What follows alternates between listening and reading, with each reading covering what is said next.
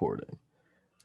What is up, guys, and welcome back to the third episode of the DualShock and Sense Podcast. I am your host, Soul.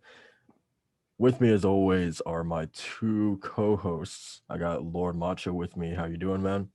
What's going on, everybody? It's the King of Kingdom Hearts and the Final Fantasy fanatic. How's it going? Let's get it. I love that morning energy, man.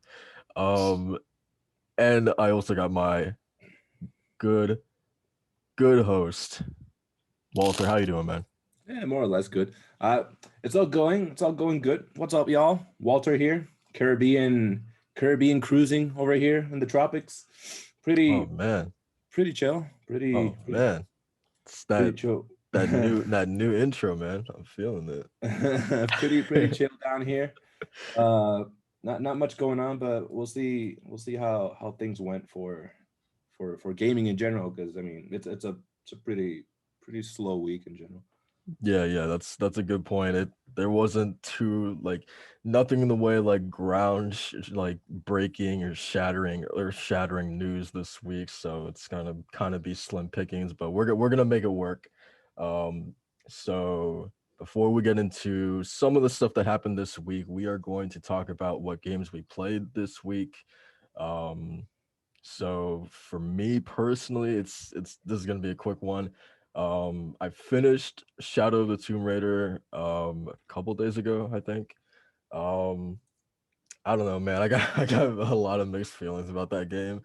Like, I don't know, man. Like, I just feel like gameplay wise, I feel like I'm always like it's like I'm dragging my feet through like mud or something like that. Like, it doesn't feel like the best to play in terms of just like there's some things that like her overall movement just feels weird, and like at the same time there's some certain things that I feel like I should be able to do that she just for whatever reason she can't do. So like there's one thing that really ticked me off was sort of like air assassinations. So like there's a lot of moments where she's like up in the trees, like in the shadows, like just kind of lurking and waiting for people to like pass under her, and like you have to wait for a button prompt to be able to actually like air assassinate them. And there's just like in my mind I instinctively jump off of the branch and kind of initiate that air assassination myself, but like in this game it's like no, you have to wait for the button prompt to come up or else you can't do that, right? So like my mind immediately goes to like Uncharted, like whenever you are on the rope swing or whatever, and you jump off and you just press the square button whenever you want to do that kind of like air takedown thing. It's like it's not the same thing here. So like I don't know, like that really irked me because I was like I had so many cool opportunities for like a stylish like flashy air assassination, and then it's just like she just she jumps and then she like jumps on the person's head.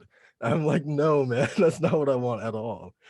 Hey, um that's a shift because last time you were saying how you're kind of like enjoying it, and I still Yeah, have that's it quite a loaded shift. onto my PS5 too, so I'm like looking at it every now and then. Yeah, it was like a fun time for like because it didn't cost me any money. So like Okay. that was That's sweet. always a good time. Yeah, Yeah, You that's don't for always a good sound sure. time. too mad. Yeah, for sure. The story was like it was whatever, I guess. So it's supposed to be like the Prime or whatever, where she becomes the Tomb Raider or whatever. I don't know. Yeah. Um, yeah, and then like the ending was pretty cool, and like there's actually some pretty wild stuff that happens in this game, man. I'm gonna leave it at that because like I didn't like going into this, I didn't know just how supernatural the Tomb Raider games are. And like, dude, like there's monsters and gods and shit like that. And I'm just like, this was not what I was expecting at all for Tomb Raiders. So like that caught me off guard. But like once you accept that, it's just kind of like a roller coaster from there. But yeah, that was Tomb Raider.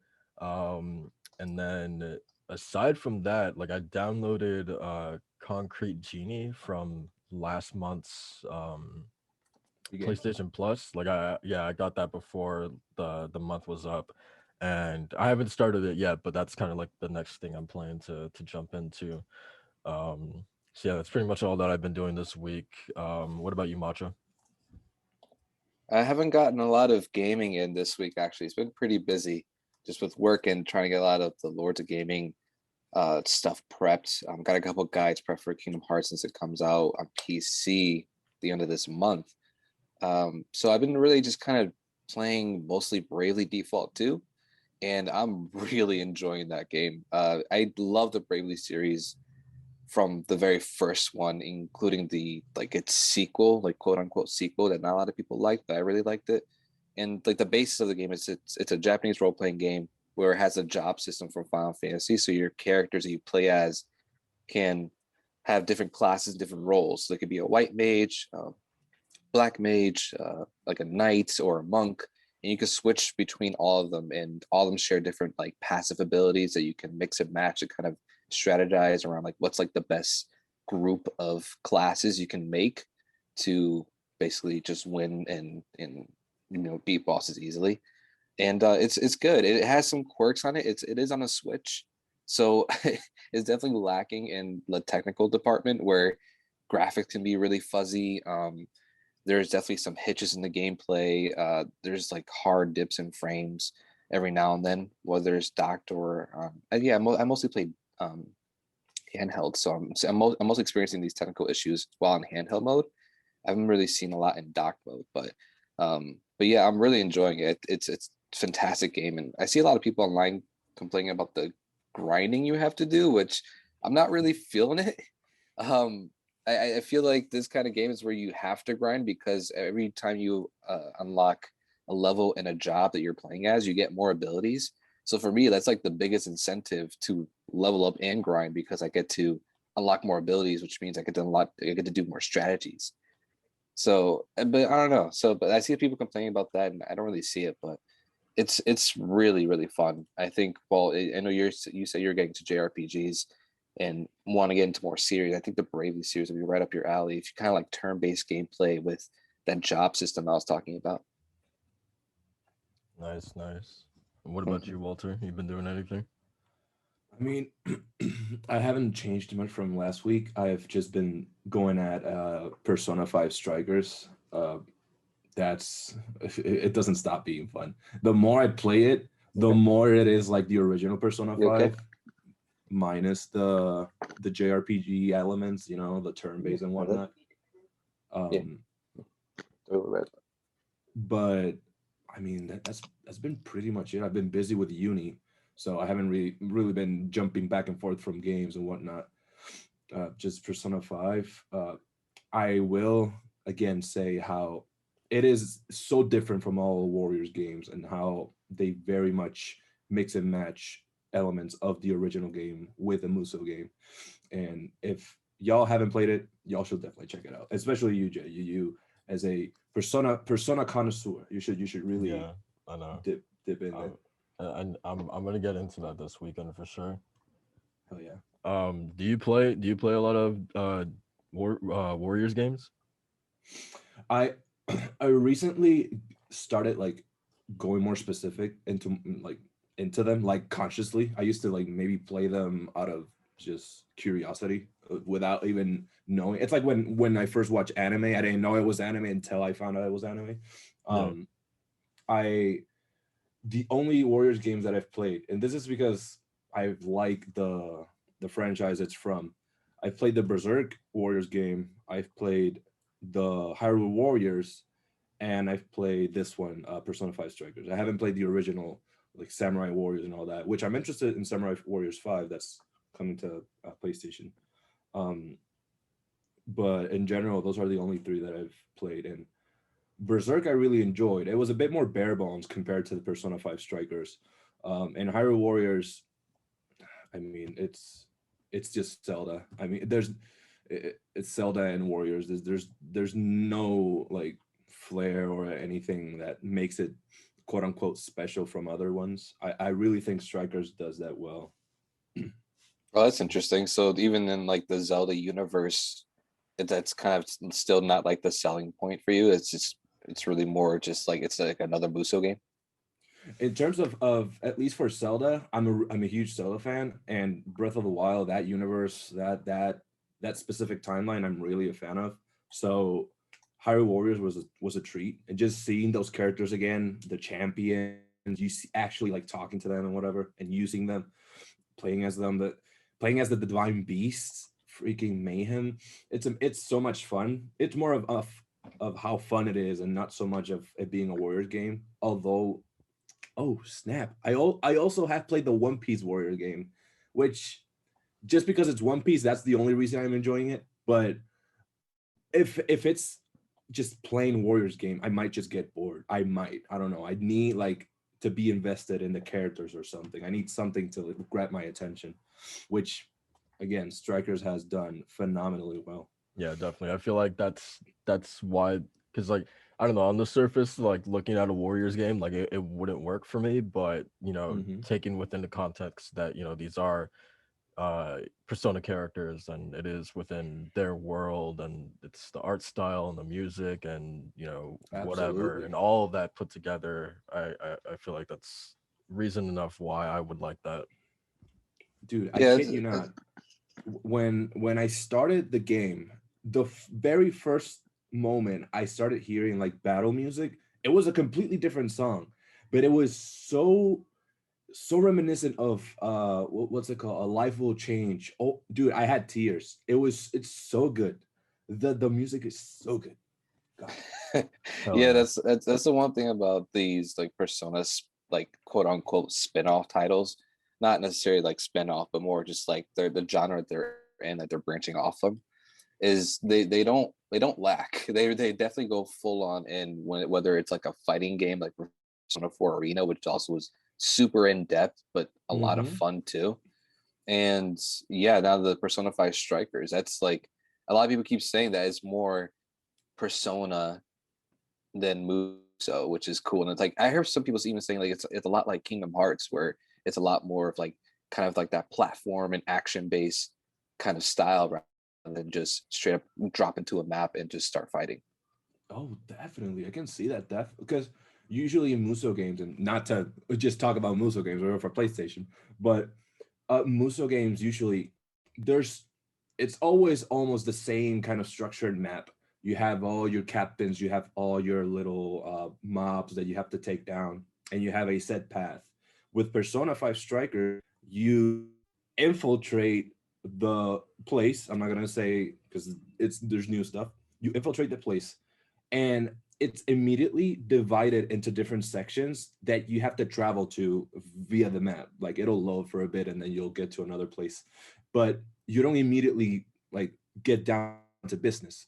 The shadows are just patrolling. You can either ambush them or you can go head on, and if you go head on they'll have a one up on you, and if you ambush them you'll one with a advantage. So it's very much the same as the original Persona 5. Like they give you some reason of like, oh, you gotta be careful. Think about it. Think about your approach. It's not just hack and slash and go away with it, you know? And health is a big thing. Like you need to really manage your healing items, your SP items are always the rarest ones. Like it's a lot of fun. It's a lot of fun. Nice. Hell yeah, man. Yeah, I'm definitely excited to jump into that this weekend. Um, yeah, I know it's gonna be a good time. I can't wait for that. Um, Yeah, for sure. so okay, so nice. So we got all the games that we've been playing this week out of the way. So let's jump into some of the things that happened this week. Um, I guess I'll kick things off first. So originally I was going to talk about, well, and I still will talk about Elden Ring, because I wanted We to have talk to. about that. Yeah, for sure. But Macho just brought up that it was the PS2's and what was 21st anniversary, right? Yeah, it's his 21st birthday today. It's legal to drink. Nice. Yeah. So let's talk about that. I want to know like what on the PS2, like what is all of you guys's like sort of standout title on the PS2? Like when you think about the PS2, what is the one game that you kind of like associate that console with, or you know what I'm trying to say? Like what is the title for Mhm. you on the PS2? Kingdom Hearts 2. Tell us about it. Nah. Kingdom Really? Hearts 2. Kingdom Hearts 2. Yeah, man. I mean, I kind of just jumped in there. No, I knew you were going there, man. I knew it. I see. That was actually one of my topics where I was going to say like, what's like your top 5 PS2 games, but this kind of just blends into it very well because my number one anyway was Kingdom Hearts 2, and the reason why is because that's the game that made me a gamer. That really kicked off my gaming hobby. I started on PS1 with small beginnings with Crash and Spider-Man, stuff like that, but I wasn't so heavily invested. I was more of like a TV kid growing up. And once I got the PS2 and I got Kingdom Hearts for Christmas, that like blew my mind because I was a huge Disney fan. And the one thing I wanted to do as a kid was always like just go on adventures with Disney characters because I was a child. So, and the Kingdom Hearts gave me that route, and that's why I loved it for that. But then Kingdom Hearts 2 came around, and it just upped the ante with the story, the characters, the actual worlds, and gameplay was incredibly fun, and the music just blew me away. Like it was just a nice wrapped package of a game, and it completely changed my perspective on games, on what they could be, and like the actual potential of them as like storytelling devices and just being interactive mediums, and that it totally eclipsed like watching movies or TV shows. And like it never was the same for me after that. It was always, what's the next great game that's going to blow my mind? And after that, man, I mean, PS2 just opened the floodgates, and Kingdom Hearts 2 as well, and that just opened my mind to like the Sly trilogy, God of War, my like the games that are based on my favorite movies of all time, Lord of the Rings, like action games, and then eventually go into more RPGs like Xenosaga trilogy. So yeah, Kingdom Hearts 2 is definitely like that gateway for me. And whenever I see or think of PS2, I immediately think of Kingdom Hearts 2. It's amazing. And I was also that hardcore into it where I got a copy of Kingdom Hearts 2 Final Mix from Japan. I had it imported, and I had to like completely mess with my slim PS2. Like I had to like push like a certain thing to the side and make sure it stayed there to make sure they would play the game, because I don't think PS2 allowed you to play imports or exports of, depending on the region you're getting it from. So yeah, there's a lot of fun memories with the PS2 in that game. So that's definitely my standout for sure. Man, I got a different I got a different history with the PS2, man. I'm almost embarrassed to say, but I'm gonna say it anyway. Oh, I'm So like, excited. well, once I get to like my actual game, like it'll all make up for it. It'll redeem myself. But like the PS2, the PS2 mostly was sort of like, because this was just the gamer that I was back then, was mostly like my licensed titles kind of machine. So like, man, I was playing the most trash titles back then. So like the the the like 5 Jimmy Neutron games that came out, the 2 Tack and the Power of Juju games, all those SpongeBob titles, the bad ones, the good ones. Um, God, I'm trying to think of what else, but like that's generally like what I played like on that system. So like I missed like the classic Final Fantasy games, the Silent Hills. I missed Shadow of the Colossus and Eco back then. Um, all those sort of like legendary titles that the PS2 was known for, I missed because I was just in my own world playing these trash titles instead. But the No, I mean it game, makes sense though. It makes sense because every time I went to Blockbuster, that like the games that would be available would be those games. So that's what I would be renting. yeah, for sure. But the one thing that like I definitely did not miss, and I was there basically for like every iteration of these series, was I was definitely there for Jack, Sly, and Ratchet, which I'm very glad about.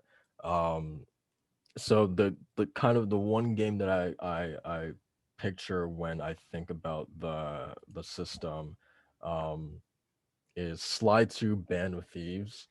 And just because like not only was the gameplay like so like I love that kind of like started my love for like stealth games. Like I love the movement in that game, is as Sly particularly is incredible. Like I love just how free flowing, like he feels almost like a dancer, dude. He's just so fluid and light on his feet, So and nimble. almost like floaty. It just feels good to play as him. Um, I love just like being like like pickpocketing guards and ducking underneath tables and hiding from spotlights and climbing poles and buildings and stuff like that. Um, I love the idea of a heist story, and it's such a leap from like people talk about the leap from Uncharted 1 to Uncharted 2, or Assassin's Creed 1 to AC2. And like I'm like, not enough people think about the leap from Sly 1 to Sly 2, man, because back then it was the first game, it was just like Sly was at the forefront of it all. Like he was doing most of the legwork, but then Sly 2, it's really sort of the introduction of like, no, this is a team effort. Like this is a heist job, and like this really needs sort of the collective work of all three of these guys working in sync, working together to pull off this heist, or else this thing doesn't work. So this was sort of the introduction of you're not playing as only Sly, but Murray Bentley gets involved, and you get to play with all three of these characters. They all have their separate move sets and whatnot. Um, and the gameplay was just really, really fun. But more importantly, it was a story that really worked for me, and it's a story that I still think about today. Um, because simply put, it's a story about like your actions having consequences, right?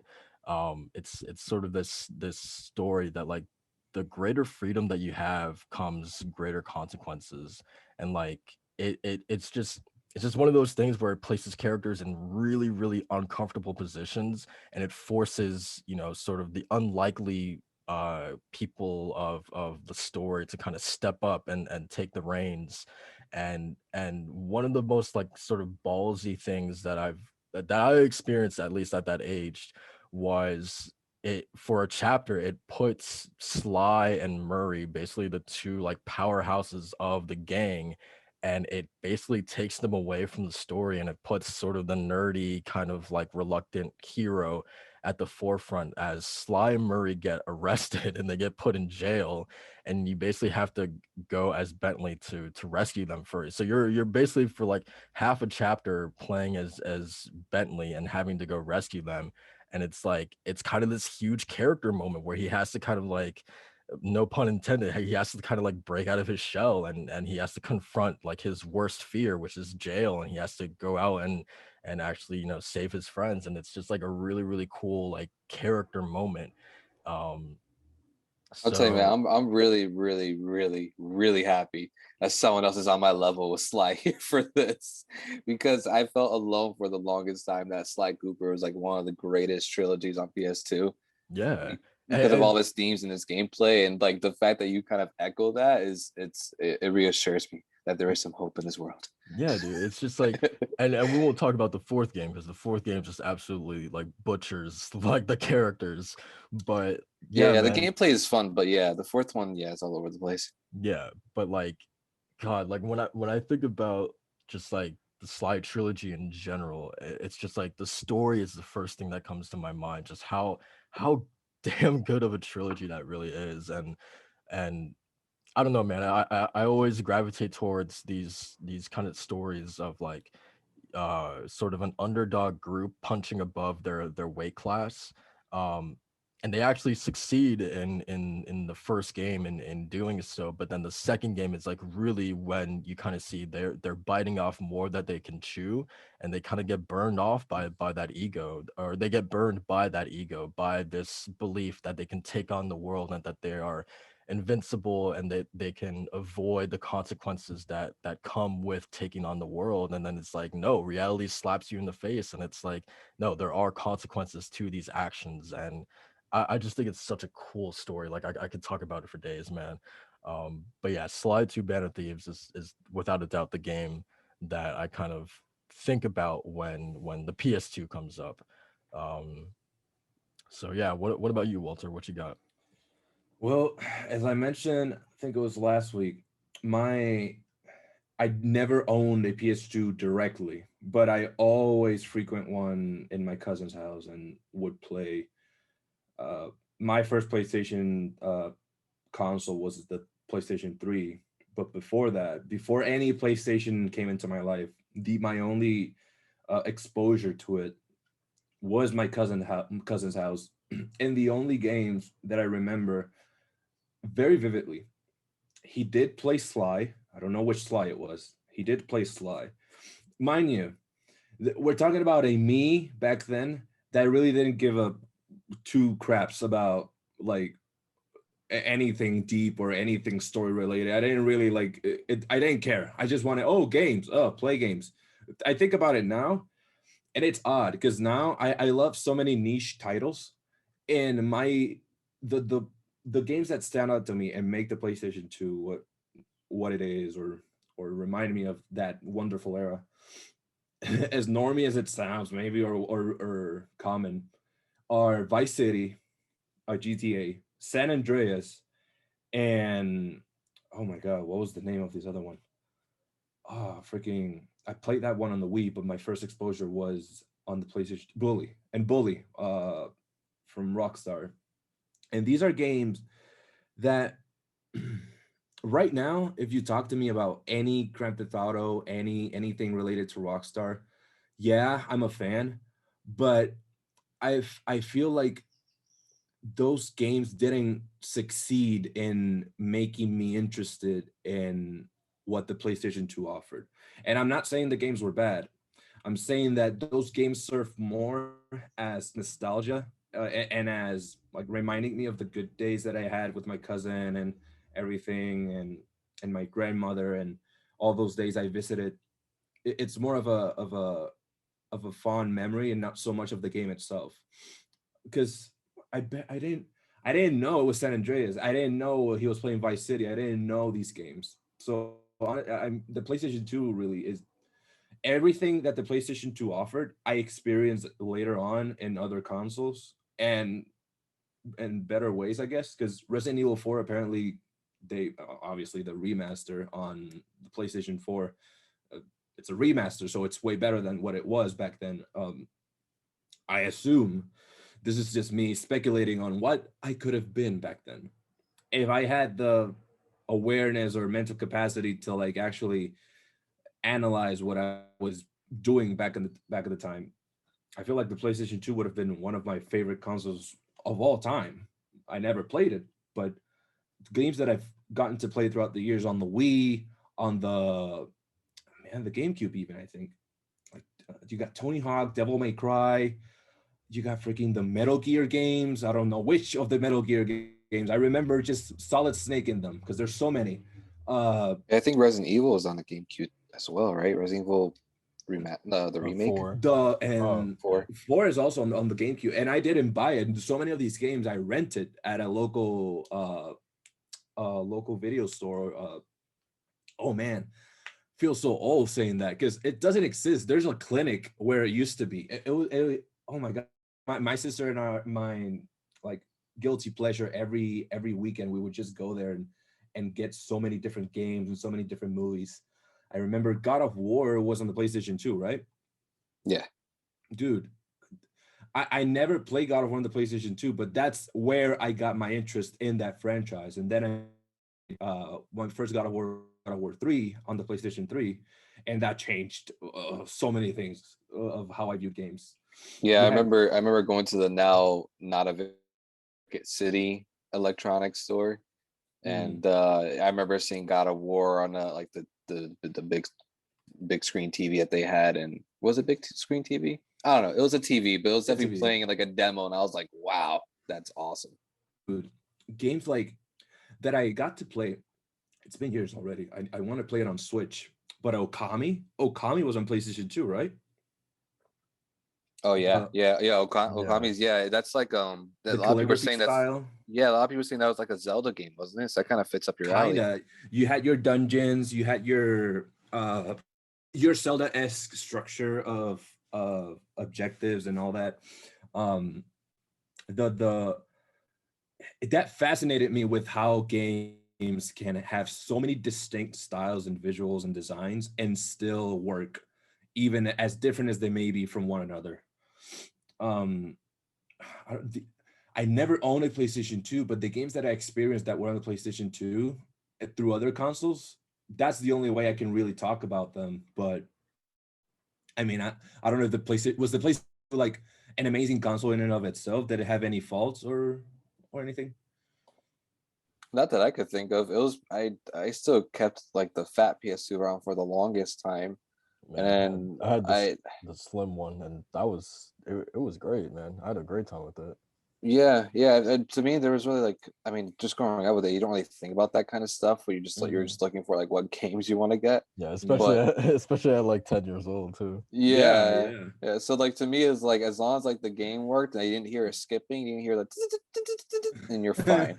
Yeah, yeah. Oh man. I remember like so like my I so similar to Walter, like I had a cousin who had a PS2, and she was constantly playing Jack and Daxter the Precursor Legacy.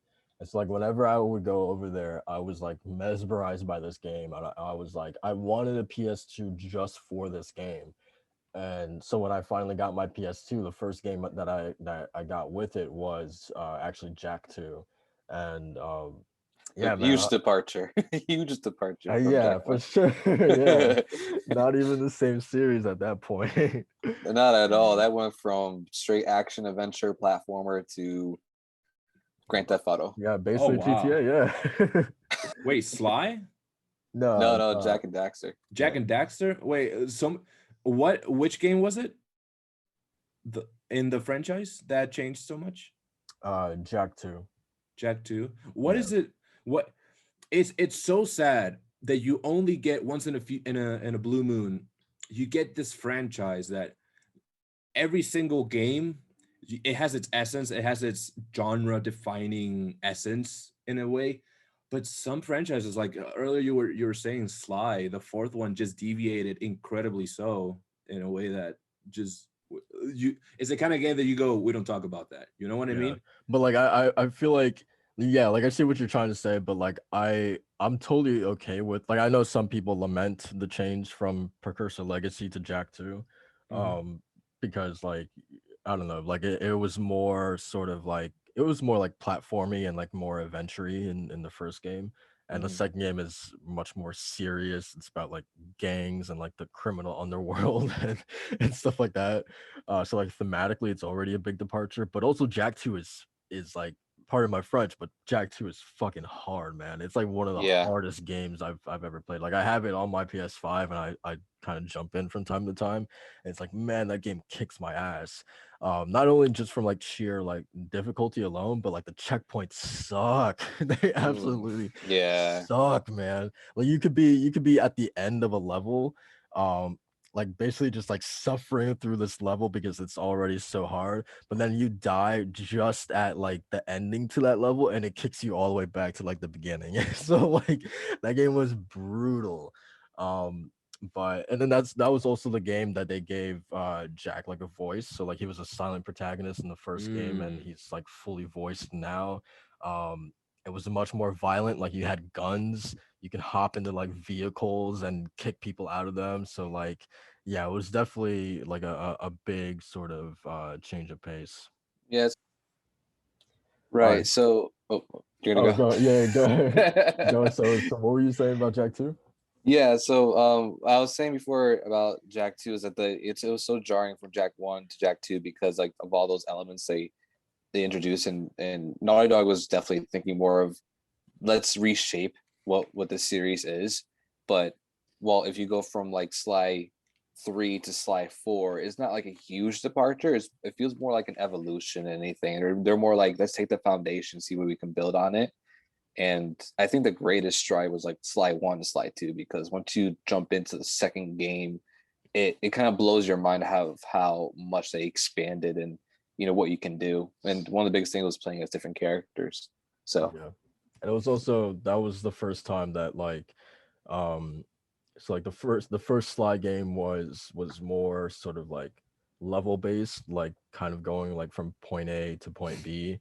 Um and there was like a little bit of player agency and kind of deciding like which like level you wanted to tackle first. But then slide 2 was like they kind of changed it where it was like, okay, now you're being dropped into these mini sort of like hub worlds where you kind of have like kind of like the reins taken off where you can explore the whole thing, but you're kind of taking on different missions that appear within the level or within the hub world. And yeah, I don't know, that that game is amazing. um all right, so God, so yeah, that I was about to say, like, where were we? So yeah, that wraps up our talk on the PS2, right? Um, so Walter, what was yours again? What was your title? My titles, I would say, I mentioned a few, but the ones that stuck out for me during for that, it'd be San Andreas. One of the slides, I don't remember which slide it was, but I remember enjoying the heck out of watching my cousin play it. And Vice City and Bully. Right, right. Bully's a good one. Yeah, I played it on the Wii though. Yeah, that's where I Um, played it when I owned a console, but my first exposure was on the PlayStation 2. gotcha. Yeah, that game is hilarious for what it is. Oh my Yeah, god. definitely. So good. All right, and then Macho's was Kingdom Hearts 2, and then Yes. mine was Sly 2, Band of Thieves. All right, so that pretty much does it for my topic. Who wants to jump in there next? Listen, I got my topic. You mentioned it earlier, but I want to hear where your thoughts were at it. But I was gonna go with the Elden Ring leak. Uh, you said you really wanted to dig into that. What were your thoughts on? I mean, did you see the full? What was it like minute, 2 minutes of leak footage? Um, I saw I saw like a couple seconds, I think, because then I started feeling bad, man. Like I don't like to look at like leaks and stuff like that, especially because it's so clearly not sort of like the intended state that developers like want their games to be shown off in. So like Mhm. I feel bad when it's like everyone just like comes and starts like tearing it apart because it looks bad, and it's like, yeah man, because it's like recorded off of like a BlackBerry phone, that's why. I don't Yeah, understand. We're in 2021. How is video quality that bad? I have no idea, I man. don't, bro. that thing must have been compressed like 1,000 times But you for it to notice look the way it you is. notice how like that's the case with every leak. Like every leak, it's always recorded off of like a like 144p quality like that. I feel like it's intentional though, because to Yeah, be for sure. honest, I feel like part of their conscience is like, I'm gonna do this. I might as well do it crappily so that people can't really enjoy it. I don't know, Yeah. because honestly, I don't know how many people still have flip phones, but this looked like a flip phone quality kind of thing. Uh, That's what I was saying. like But so like from what I saw, like I guess I was surprised, like I guess pleasantly surprised of how much more like this resembled Dark Souls than I had anticipated, because like it seemed like with Sekiro, From was kind of like stepping away from Dark Souls, um and I don't know, I was a little bit like I was pleasantly surprised that this seemingly looked a lot more familiar to me than Sekiro, and I guess that's pretty much all I really have to say, because I didn't really see too much to like have anything like really definitive to say. um I saw a dragon and like that was pretty much it. So Well, I'll defer to you to what you listen, thought. when I heard about it, uh, obviously skepticism was off the charts. I was like, nah. I mean, this has to be someone doing a mod somewhere. This has to be a fan made game. This I didn't even see it. This was before I even saw it. This has to be fake. Fake. This is gonna be fake. Fake. And that was just me also like reminding myself of what I'm about to see if it's real. Because obviously this is like pre-alpha. I bet like this ain't even ready to be played. I feel this is just this this is a this is a video that was put together specifically to showcase the game. There's even a section. I had the video pulled up. There's a section that says from the creators of Dark Souls, Bloodborne, and Sekiro. This is obviously going to be trailer quality kind of thing they're going to do here. They're still refining it. Where they haven't told us about the game. Obviously, the game is going to look like crap if there's leaks. People can't expect. It's like last week, Nintendo had a field day with their Pokemon Presents, and they announced Diamond and Pearl Remake and a new game called Pokemon Legends Arceus. Basically, this new Pokemon title, Legends Arceus, is like their new approach to Pokemon. Their new the new way that they're gonna approach the combat. I feel like the open world aspect, the region, the context of the region. There's so many things they're doing differently, and this is just a glimpse. The game is not set out to come out when it was early 2022, late 2022. We're not even given an actual like gameplay trailer, like official gameplay trailer. We just got sneak peeks of what I assume it's a work in progress, and that's what we should be doing. Assume this is a work in progress, because they're not saying this is the final product. They always say this is pre-built. This is not the official release, but people don't understand that. They have these expectations, and if you have expectations, you're gonna be disappointed. 100% of the time, if you have expectations, almost 100%. Some people's 99%, you're lucky, but 100% of the time, if you have those expectations that gamers nowadays have, you'll be disappointed half of the time. And with Elden Ring, this is a game that the first thing for me that made it a title for me to look out for 100% everywhere is the fact that George R. R. Martin is involved with it. Say what you say about the series, that's a whole kind of another kind of worms. The book series, it is phenomenal. Having Miyazaki and Martin involved in a game, and as dense as Miyazaki's games are in terms of lore, in terms of design, in terms of everything, gameplay, the approach, everything, having these two titans work together, obviously there's going to be people that are expecting to see some next level, and pardon my French, some next level shit. You know what I mean? But in this, I'm expecting those boss fights to be like absolutely mind blowing. But that's the final product. You know what I mean? When you see a leak, don't expect anything. Don't do that. Be disappointed when they officially announce it. Don't be disappointed at a leak. A leak is that, a leak. It leaked. It wasn't supposed to come out. But one of the things about this leak though that surprised me was that I believe the guy is riding on a horseback. So that tells me that the world is going to be pretty large if you're going to be on horseback. And I remember it was, first of all, who was it that one of the CEOs had mentioned how, was it Spencer?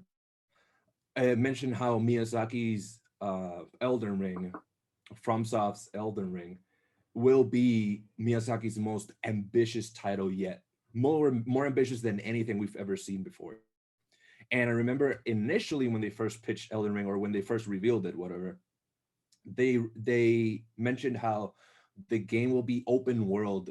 We've had open world games, but it'll be open world in the sense that you'll have your different locations, and you'll be able to tackle them in any order you want. So horseback, that's pretty much like, that makes sense. Because what they mentioned, it made it seem like you're going to have your whole world already unlocked, and you're going to have different kingdoms from what they said, and you'll be able to tackle different bosses and acquire different, like a Mega Man kind of thing. You go anywhere, any direction you go to, you're going to acquire a certain ability, a certain skill that you'll be able to use in other sections. That was the original thing that they mentioned when they announced Elden Ring. And from the trailer, I mean, the leak, it just further reinforces that. You got dragons. Okay. I expect those dragons to show up out of nowhere, like in Skyrim. Like, you're just chilling on your horse and you just hear the music pop in. You're like, I'm about to die. Yeah, no, that was actually one of the really cool things about Skyrim. Oh, for sure.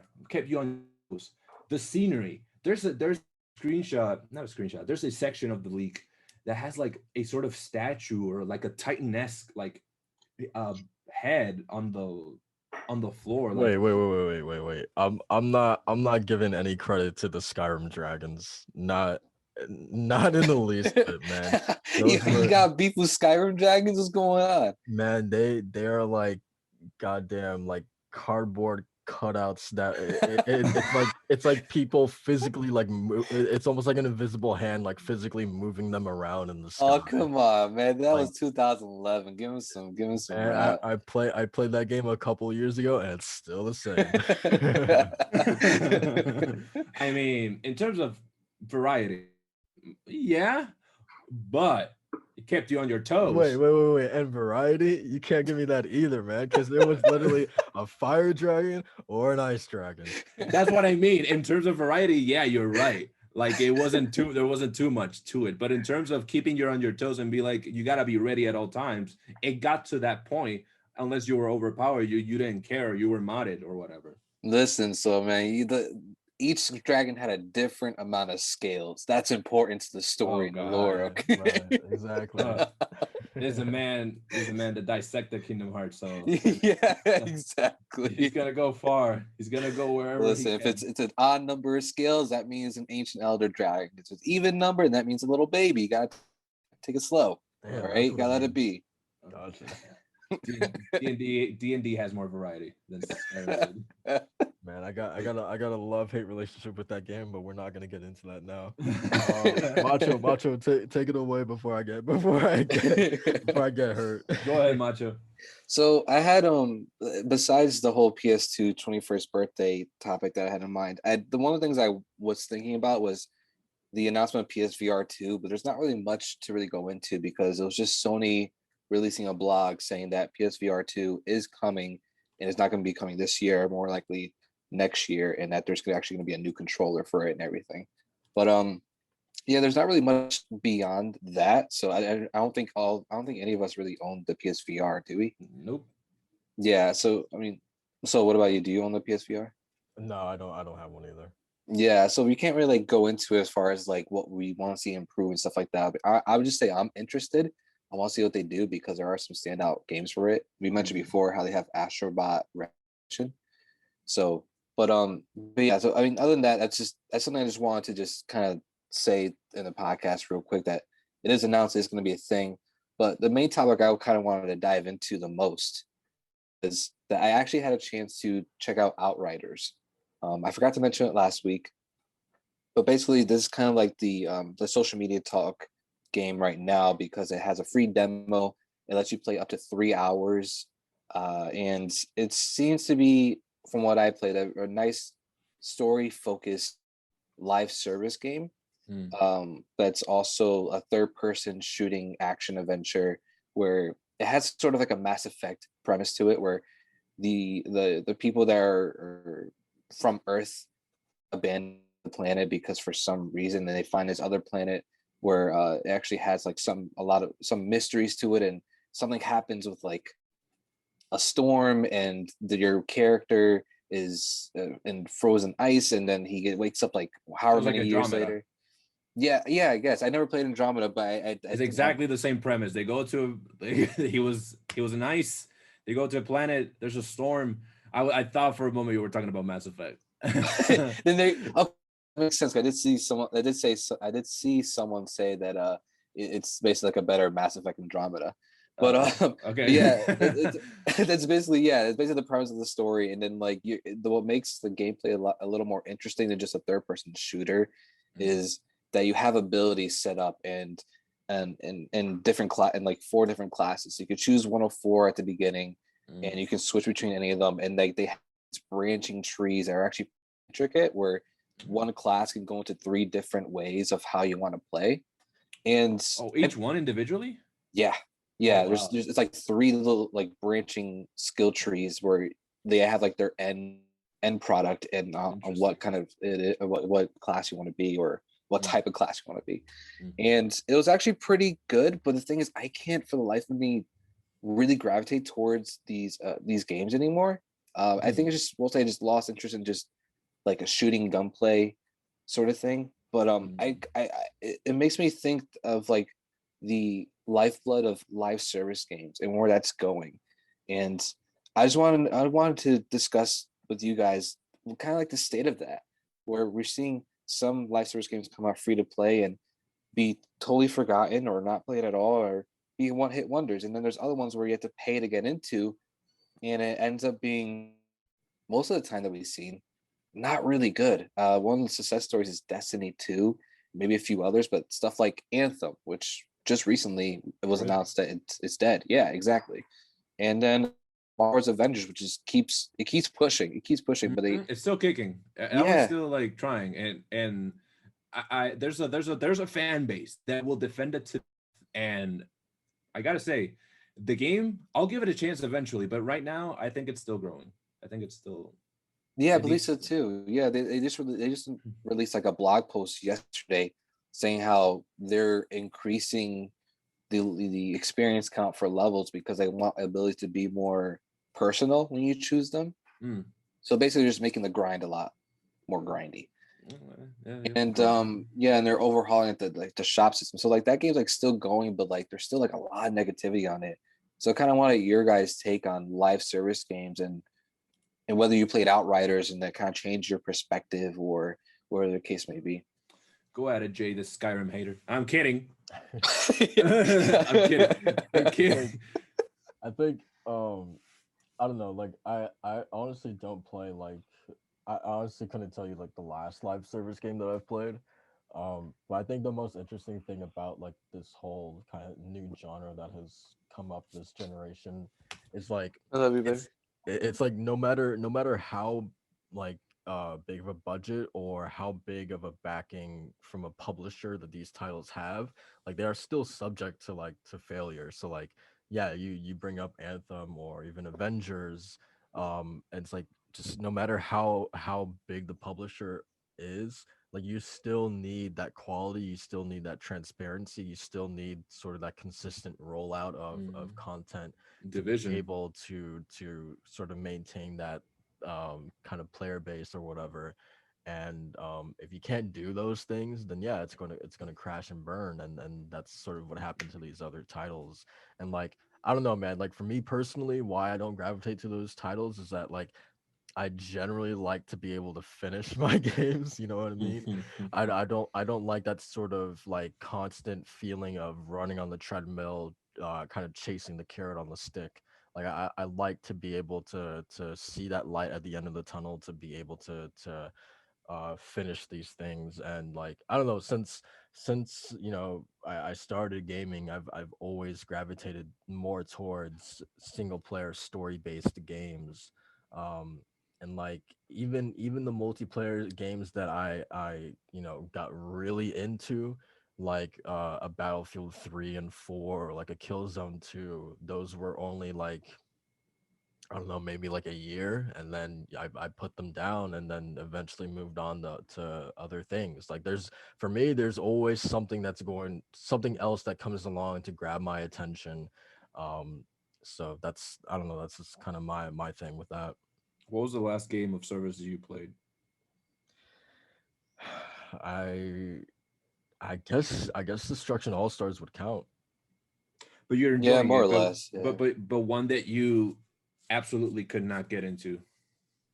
Oh, that I couldn't get into? Yeah. I honestly couldn't tell you. Like maybe Destiny. Um, it's not even anything like about the game itself. Like I and this was like 2014, like when the first game came out. Like I thought the game was fun, but like my main draw with that game was playing it with friends.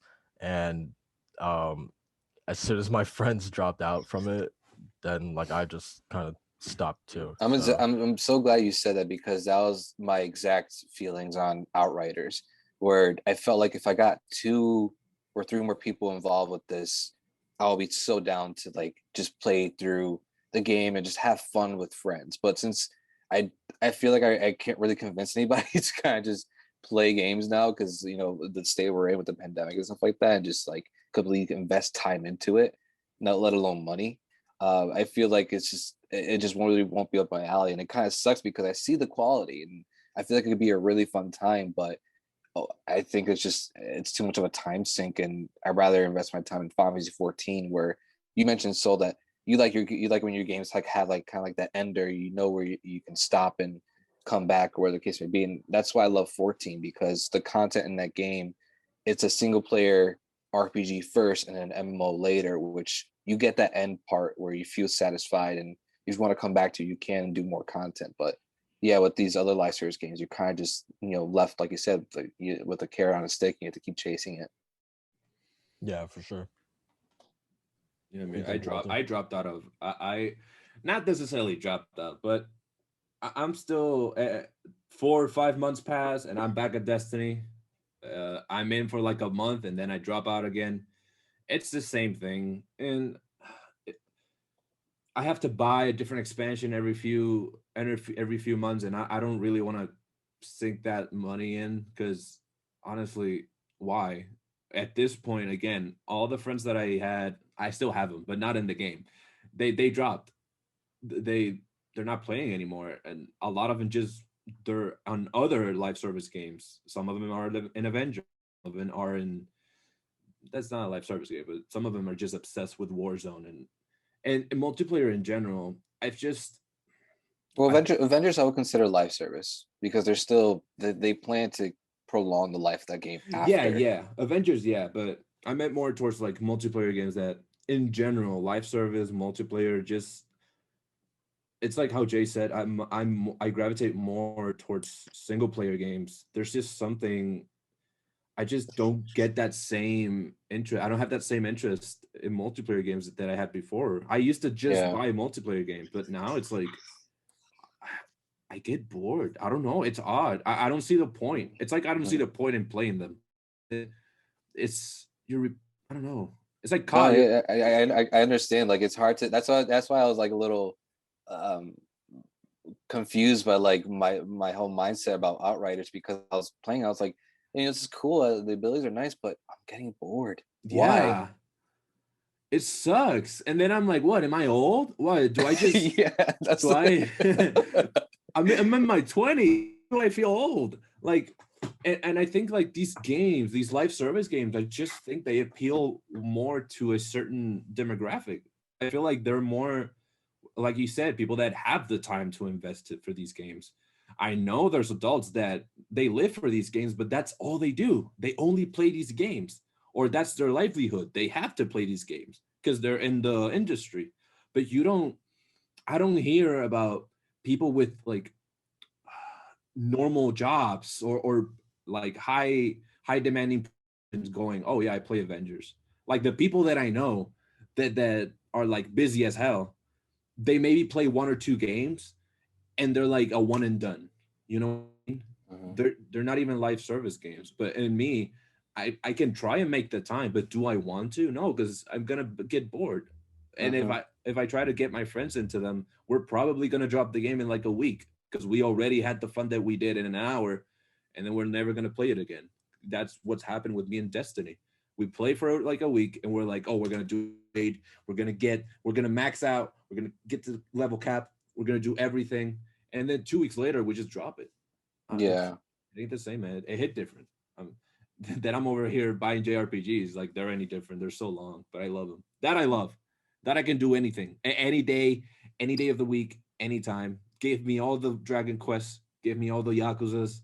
Give me all the Bravely Defaults. Give me all of that. I'll play that. Even though I won't finish it, I'll play it. Yeah. No, I definitely feel that. All right. So aside from 14, what was like the last sort of live service game that you really got into, Macho? Man, Overwatch. What's up, Walt? You guys love Overwatch, man? I love Overwatch, but I can't get back into it, man. It's so hard. Go ahead, Macho. Yeah, man. So yeah, I mean, no, really, like besides Final Fantasy 14, the past like 2 or 3 years, Overwatch was my go-to with myself and friends. I played the beta, I think it was, when it first released. Yeah, so that was my next question. Really, it was like, what's gonna get you guys into a live service game? Because for me, with Overwatch, it was the characters. It was like there was the personality of all the characters. Even if it was just minimal, you got the sense of it right away. The variety. Yes, and it was just like the gameplay itself, and like kind of like the working together on on the map and try to capture points, or whatever the case may be, was just it worked, and it kept growing. It got bigger and bigger. Eventually, I fell off like you, Walt, where I just stopped playing. But I'm looking at Overwatch 2. I'm like, oh man, this could be cool. Are we getting into it, Macho? We doing this? Yeah, Let's get Overwatch 2, man. Bro, I'm down. Overwatch, as much as I played Destiny since beta, but I wasn't thinking about Overwatch because Overwatch is that's my baby. I love Overwatch so much. That is the characters, the lore, the movies, the animated movies. I want a show. I want more of that world. The Overwatch 2, the recent Overwatch 2 update where they said the characters are going to interact and everything. It literally felt like gaming's Avengers. Hell yeah, give me that Overwatch. Freaking, I'm so excited for it. So that's why I was like, Overwatch was for me, that was the last game I really got into that was live service. And yeah, that's my next question. What will get you guys into a live service game? What has to be there for you to get invested?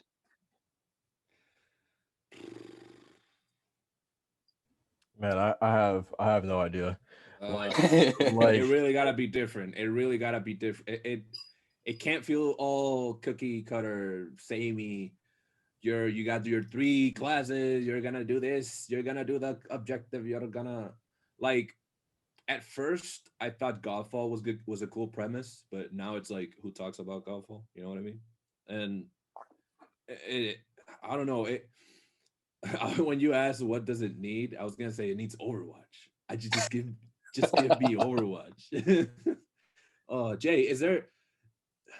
Because when we think live service, I think about these hub worlds, these massive games, your Avengers, your Destinies. But do you think there's a twist that there could be in a live service game that will sink its teeth into your soul and drag you into it and spend no matter what time and money into it, Jay? Well, I mean, just first and foremost, the game has to be fun to play. That's what worked for me back in the day. What worked with Battlefield 3 and 4 and Killzone 2. When I think about those games and the hours that I sunk into them, it was because it was just pure fun, just running around and and stuff like that. Yeah, I don't know, and just having I don't even know, man, just memorable places that you kind of knew the back of your hand, that you enjoyed kind of being placed into and running around. I still think about the kind of metro level from Battlefield 3 and I still have nightmares about that place, but it was fun. The snow base. Ooh. Yeah, that too, man. I just above all else, it's just got to be fun. Oh, definitely. That's something that, and I'm gonna say it again, Overwatch did well for me. Because Overwatch, you tell me about Gibraltar, you tell me about Greece, you tell me about freaking Brazil, you talk to me about all these maps. I jump into these maps and I feel at home. I feel oh, this is fun. This means something. I'm in a different world. This feels memorable. It's not how. It's funny you say it, because as soon as you say those maps, I immediately place in my head the routes and layouts. I still hell yeah. You're already planning. All right, I'm gonna go through here. I'm gonna do this. Yep. I'm gonna flank them. I'm gonna die because I'm stupid, but I'm gonna flank them. Oh man, it's so much. What do you think, Macho? Do you think is Final Fantasy 14 the last live service game that you think will grip you the way it has? Probably as much. I mean, maybe. Like I said, Overwatch definitely just had a character that spoke to me in ways I didn't expect. But it's Final Fantasy 14. It's Final Fantasy. I've been in love with this series for a long time.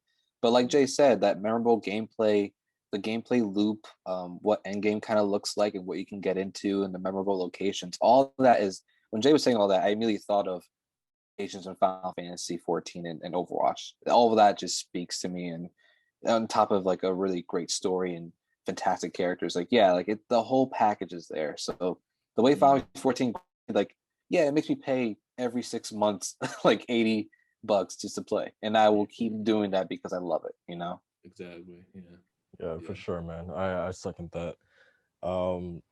All right, man. So that's pretty much going to do it for this week's episode. Um, guys, thank you guys for joining me as always. You guys got anything planned? Anything you guys got going on this week? Yeah. So for me, I'm March 5th, which is actually tomorrow, Friday. Your boy's turning 27. Hey, Getting a year older, and it's gonna be fun. I took the day off from work, so got a couple things planned with my dad and my fiance, and a couple of family stuff. And yeah, it's gonna be fun. Looking forward to just the weekend. And also on March 5th on lordsofgaming.net, I got a guide plan for Kingdom Hearts 2. So if you're getting into the PC or you're playing it for the first time this month, maybe because there's a little bit of Kingdom Hearts hype up in the Twitter timeline, definitely go and check that out. It's going to go live March 5th. So stay tuned for that on lordsofgaming.net. nice. In my case, what do I have planned? I'm gonna play games, boy. I'm gonna try and play more games. I'm gonna Nice. try and get through my backlog. I'm gonna try and get as many as I can. I'm trying to make room for the big ones that are coming. They're coming. They're announced. We're gonna have dates, but they're coming soon. Someday I'll find that PlayStation 5. You bet I will. Yesterday I saw that headline.